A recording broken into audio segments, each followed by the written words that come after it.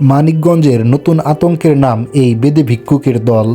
আমি কোনোদিন আমার কোনো ভিডিও দেখার জন্য অনুরোধ করিনি, কিন্তু এই ভিডিওটি মানিকগঞ্জবাসীদের দেখার জন্য অনুরোধ করছি। খেয়াল করে দেখেন, এখানে এই বোরখা পরা মহিলাটি এই বেদে ভিক্ষুকটিকে 5 টাকার একটি কয়েন দিল, কিন্তু এই বেদে ভিক্ষুকটি 5 টাকার কয়েনটি নিতে কিভাবে আপত্তি করছে। ভদ্র মহিলাটি এক প্রকার নিরুপায় হয়ে তাকে 10 টাকার নোট দিতে বাধ্য হলো।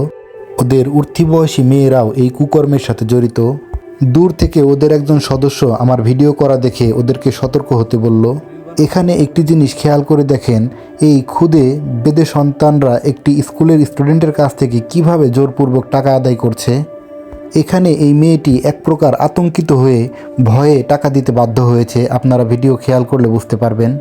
এতেই এই বেদে ডাকাতের দল ক্ষান্ত হয়নি। আদায়কৃত চাঁদা ভাগাভাগির জন্য রাস্তাঘাটে তারা প্রতিনিয়ত এইভাবে ঝগড়াঝাটি করে থাকে। এদিকে ওদের কারণে প্রকৃত গরিব মানুষ আজ সাহায্য পাওয়া থেকে বঞ্চিত হচ্ছে। আমি মানিকগঞ্জবাসীদের বলতে চাই, আপনারা এদেরকে ভয় না পেয়ে এদেরকে শক্ত হাতে প্রতিহত করার চেষ্টা করুন এবং শহরের সুশৃঙ্খলতা বজায় রাখতে সহায়তা করুন।